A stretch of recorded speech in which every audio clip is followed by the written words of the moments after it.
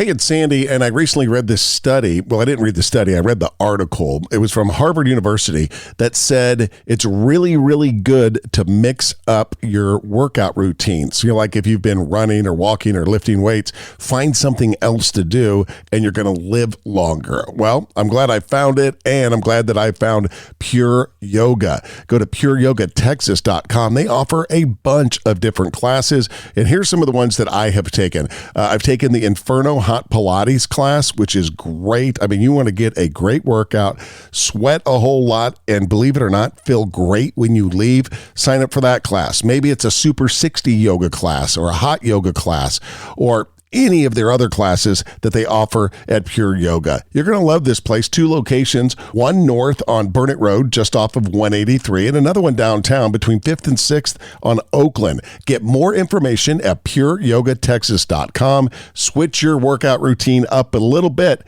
and go to pureyogatexas.com. This is the podcast version of The Sandy Show. Listen live every morning on 103.1 in Austin or stream on the iHeartRadio app. Enjoy the show. Tricia, you're way ahead of the curve here. You're a trendsetter. You've been like this forever. Girls' night out. New survey finds that most women would rather stay in with their best friends than go out. Yep. These days. They say the vibe's got to be right. The cozy factor. Oh, cozy factor has to be high. Yeah. This is interesting. And this is, you and your girls have done this forever. Oh, yeah. I mean, you'll get together. Like one of them lives in Dallas. You guys will all meet in Dallas and then just kind of hang out at home and eat pie and then go out for a couple hours, then come back in. Yeah, like we go out, we wake up late, we drink our coffee together and chat. We go have a late breakfast. We do a little shopping. Then we probably stop and have like a appetizer cocktail type situation. And then we come home and we bed it down for the night, make our own at-home drinks, watch our shows. Yeah, it was interesting. This falls right in line for what you guys do because part of the attraction is not having to dress up. 56% said casual outfits on girls' night out, with 35% embracing comfy pants to hang out. Pajamas. Absolutely. A lot of times, too, when we get together, we all get matching PJs, matching comfy pants. That's dorky. To hang out in. This is normally, normally would be like a Christmas kind of thing. You know, Christmas PJs or something. Yeah, quality conversation, good food and drinks are the most important thing for a girl's night in. That is 1,000% right. Conversation, food, and drinks. I kind of did this back in the early 2000s, except Marlon, my buddy, and I called it a 2-man party. That's what it was. You were trying to make, y'all used to do the 1-man party where you just get drunk on your own. Yeah. And now y'all are easing into your girl portion of your life, which is doing what the girls do. And you're trying to make the 1-man party sound cool by calling it a 2-man party. You're just doing what the chicks do. Well, no, but I mean, back in the day, it started as the 1-man party until Marlon knocked on the door with a bottle of what was it? Maker's Mark.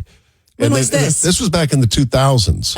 And when he lived next door. And my 1-man party then turned into a 2-man party. I thought you were trying to say when you went to Dallas that one weekend and all the things you told me y'all were doing, I was like, you're having a chick weekend. No, that's what we're doing now. Oh, I thought you were trying to call the chick weekend a 2-man party and make it sound cooler. Yeah, because I no longer drink. We went to the movies and got massages. And sat in the pool.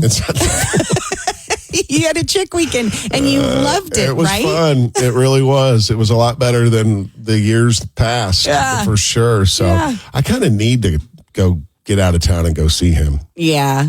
And just go to dinner. It's great because Marlon always buys dinner. Oh, yeah, that's the best. And I let him buy dinner. Yeah, you don't argue. No. So, I don't know. Maybe I'll see what he's up to and go do that. So, yeah, the new trend, friends, is staying in. I like that. Which you want to know what they eat? Oh, I know what they eat, but go ahead. They say 60% go for pizza, then pasta, and then snacks, including cheese and crackers. Cheese and crackers. My group throws some Little Debbie's in there for sure. Because you're classy. Because we're classy like that. Oh, more coming up. 1031austin.com. Hey, it's Sandy, and here we are in February. You know, it's the shortest month of the year. Well, it doesn't matter. Longest month, shortest month. You can count on my friends Scott and Stacy Feller and their team at Kango Roof. In fact, my neighbor across the street and a couple doors down, when I was talking to him, he's like, Man, I got to get a new roof done. I said, you have got to call Kanga Roof. Scott and Stacy are going to take great care of you. They've been helping out Central Texans for over 25 years, and they'll stand behind their work. So he gave them a call, and I noticed the other day, one of their crew was out there working on their roof. I'll let you know how it works out, but I know it's going to work out great. You should check out Kanga Roof. If you have any roof needs, they're going to shoot you straight. They're going to be honest. If the roof doesn't need any work, they'll tell you. If it does need some work, they're going to let you know about that too. Scott and Stacy don't like me talking about it, but they give back a lot to the community. So if your roof needs some work or you just want to get it checked out, find my friends at Kanga Roof. Find them online at callkangaroof.com. The Olympics are underway in Italy, and they brought some good stories out, some great competition. But they got problems with the medals. Yeah. Within hours of getting their gold medals or any of their medals, several athletes have had their medals just fall right off the ribbon. Breezy Johnson, she won the gold medalist for the downhill ski, had it around her neck and was jumping up and down in excitement, and the medal just fell off the ribbon. Wow. Another one, was it? I can't remember. One of the German athletes was holding his up, and the medal just broke, like a whole triangular part of it just broke right out of the medal. So Olympic organizers are saying that they are paying, quote, maximum attention to a growing problem with the medals. Yeah, maybe find out where you got these medals made and go, hey, what's up? Right. I feel like it happened in the Summer Olympics too, that whatever the gold was brushing off, they looked tarnished immediately. You have people that have worked their butts off to get there. Get them a quality medal, for goodness sakes. I mean, you're making a lot of money off these people. And did the people who made the medal, did they not do a little quality control test? Did they not tap it? Right. Did they not they all seem to want to bite it when they get their medal. Have you seen that? Yeah, because that's what you do with gold to see if it's real gold, or have one hanging on a ribbon and kind of bounce it up and down. Any of that happen? It doesn't seem like it did. I know. It's of all the things that go wrong, that's the thing you could really control. You know what I mean? That's the thing that ahead of time. You're making it, right, and you control the quality of this item. There's not a whole lot else going on in the Olympics that can be controlled. Right, and they should make really high quality gold medals, for goodness sakes. Right. They're Olympic medals. Yeah. Have you watched much? I mean, I watched a little. I will say I watched the women's big air event where they come down on the, not the wakeboard, the snowboard, and they do all kinds of crazy tricks and flips and twists. Yeah, it's cool. That was really good. I'm glad they kind of modernized the Olympics with events like that. The snowboarding and all that kind of stuff. But I'm just amazed at the downhillers too. I mean, how fast they go. Unbelievable. I feel like, isn't the top speed 85 miles an hour? Something, yeah. Crazy. And fast. I got on his little spandex suit. Yeah. And it's just nothing between them and the ground. Yeah. Ugh. You got to have nerves of steel to do that. And I also like the ski jumping. I like that. Yeah, to see how far they go. Oh, my gosh. The women hockey. Oh, I haven't watched that, but I hear they're dominating. Yes. They're killing it. Yeah. So I watched a little bit of the game the other day, and every time I looked up, they were scoring another goal. Yeah. So they were beating up on Switzerland or something. I don't remember who it was, but they were. Might not have been a fair fight. It really, really wasn't. So anyway, get your gold medal, your silver, your bronze medal sorted out. Get those suckers fixed for those Olympians. She's Tricia. My name's Sandy. Grab our podcast. It's available every day. Search The Sandy Show where you get podcasts. More coming up. 1031austin.com. Sometimes timing just amazes me. I think everybody in their work, they can get a little, not discouraged, but just wonder, is this mean anything? Mm-hmm. You know what I mean? Are we making a difference in anything? Or is there any importance to doing this?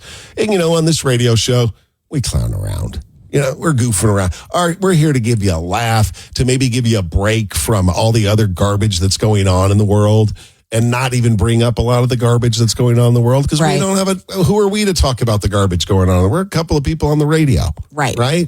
We're no experts in anything. Mm-mm. Well, I'm an expert in some stuff. I mean, I think they should ask us some questions, because you and I figured it out off air. Right. A lot of stuff. We've solved a lot of problems. A lot of problems, but nobody will ever know because they've never asked us. They don't care what we think. But every once in a while, you get a message from a listener that makes it all kind of worthwhile, right? I agree. It validates and makes you feel good for doing this every single day. And we got one from Terry Chisholm. I'm going to read it to everybody. I'll have to explain some stuff, but it says, Sandy and Trish, I'm listening on Big Country 103 in Elko, Nevada. Elko. So those of you that don't know, our radio show is heard all over the country on different radio stations. And Terry listens to us on Big Country 103 in Elko. She says, I absolutely love you guys. I'm amazed you can work together and live together and not kill each other. Keep doing what you're doing. It's so cool. I wish you talked a little more. Not that I don't love the music, but love you guys. The more I laugh so hard in the truck, and I'm all by myself. I'm sure passerbys are like, okay, she's a little nuts, but keep going and have fun. That's from Terry. So nice. Yeah, that hit at just the right time for me personally, right? Yeah. Sometimes you just wonder, is anybody out there? It's not like we get a bazillion text messages or anything. So you wonder if anyone's out there. And Terry, appreciate you taking your time to send us that note. It's very nice of you. And So Tricia nice. loves the praise. You do too. Oh, I do. Of course. Definitely makes you feel good. I read it and I was all, aw, this is so nice. And then we both replied to her within the seconds of the same time. Right. And I forgot to sign my name after mine. So I don't know if she knew what message came from who, but we both replied. Yeah, I don't think I did either. Yeah, that was very sweet for her to send that. It's one of those times, like, I feel like if you work in a store somewhere or work for a company and somebody takes the time to send you a good job email. Right. Or a compliment email. Because a lot of times people only take time out of their day to send emails that they're mad about something. Right. Or you know what I mean? So I almost did it yesterday. Nice.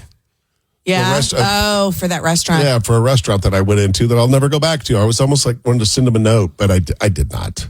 Right.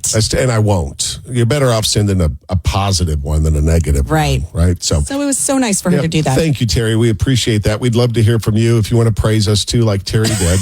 We'd love to We're hear. open to that. Yeah, we're wide open for that. So feel free. Tell us how great we are by texting us at 301-9600. Yeah, if you're going to send a mean one, though, just send it to Sandy. Yeah, I don't accept the mean ones. And she won't see it. I don't want to kill her spirit, right? Oh, do people send mean ones about me? Sandy. No, they do. Oh, you're lying. I can tell by the way you won't look at me. You won't look me in the eyes. You're looking down and pretending like you're writing something right now. There's a documentary on HBO Max that I really don't know why the subject of the documentary agreed to have it made.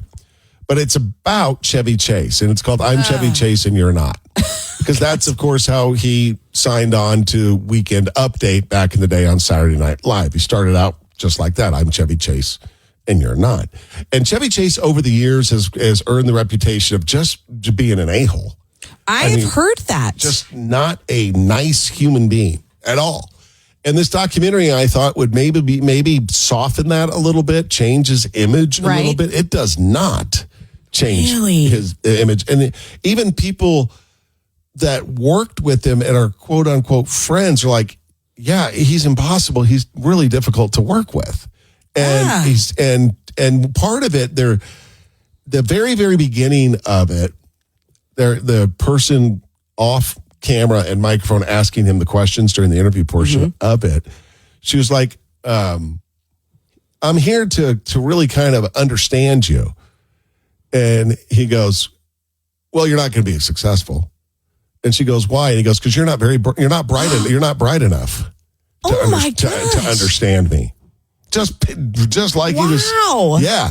You're not bright enough to understand me. He's like, I'm complex. I'm deep. I'm easily hurt. And on and then all through the big SNL 50th anniversary thing, and he wasn't on it. He was there, but he didn't have any bits in it. He didn't even do the intro live from New York at Saturday Night. They had Paul Simon do it. Right. It was weird. It was a snub. Was he invited? He was invited. But probably made it too difficult, so they uninvited him? His past determined his present. Because he was so difficult, they're like, no one anything to do with it. Oh, you're saying he was invited to be in the audience. He wasn't invited to participate. No, he was on stage at the end. There was no skit. with him. He didn't do Weekend Update. He did the big open in the beginning back in the day, live from New York at Saturday night. Didn't do that. They didn't have anything to do with him. And, he was genuinely like confused why. Oh, he talks about that in the documentary. He goes, don't know why I wasn't on I'd be that. like, refer back to the first frame of this documentary and maybe you'll understand why. Yeah. I mean, the guy did himself absolutely no favors at all. Really? And he's married. He's got a beautiful wife. She's sweet and kind and married to him. And he's one of those guys that when you're watching the documentary, have you ever been around someone that can never just be themselves and just stop clowning around? Like he would do stuff like this. They would be asking him a question and he would look up in the air like he's tracing a bug that's flying around and it lands on his face in his imagination. And then he smacks his face and he looks at the bug and then he starts eating the bug out of his hand. While they're actually trying to ask him a question. Yeah. You know what I mean? Exhausting. Exhausting. Like just can't stop. So probably though, I feel like, is he kind of the guy who thinks he's the smartest guy in the room? Absolutely, 100%. So he probably thought that he was doing this like he was doing him a favor, not because he wanted to rehabilitate his image or his reputation. I don't think he has ever thought there's anything wrong with with how he acts. Oh, that's so disappointing because I love his characters. Caddyshack. Oh, right? He's great. On SNL. Great. Yeah, and they talk about what a comedic genius he is. Yeah. But it just doesn't know how to be a human. No, exactly. And they did talk about it a lot. He was abused as a child physically, you know what I mean, and stuff like that. Then he, of course, had the drug issue, the cocaine problem that he had. Oh, I feel like I want to watch it now just so I can be like, what's wrong with you? It doesn't give you the warm and friendlies about Chevy Chase. Like if I saw Chevy Chase out and about, say at a coffee shop, I wouldn't say a word. Yeah, you shoot him the finger and keep walking. I'd just be afraid of anything I would say. Like if someone walked up to him, he was doing his tour for the Christmas vacation. He goes around to theaters and does Q&As afterwards. And his wife introduced him to the owner of the theater. And he was like, hi. And the guy was very nice, very friendly. And he goes, man, I got to ask you one question. And he goes, okay, sure. He goes, in Caddyshack, and then Chevy Chase goes, nope, can't answer that one, and walked away. Because he thought it was funny? It was funny, and it was just rude. Oh, my God. What does his wife say about him? She's probably a lot like you, just rolls her eyes. Oh, jeez. So, again, this is on HBO Max. It's called I'm Chevy Chase, and You're Not. It's worth watching. I'm going to watch it. It really is, so check it out. Well, that's it. Do us a solid and copy and paste the link to this episode and send it to a friend or two. Thanks for listening.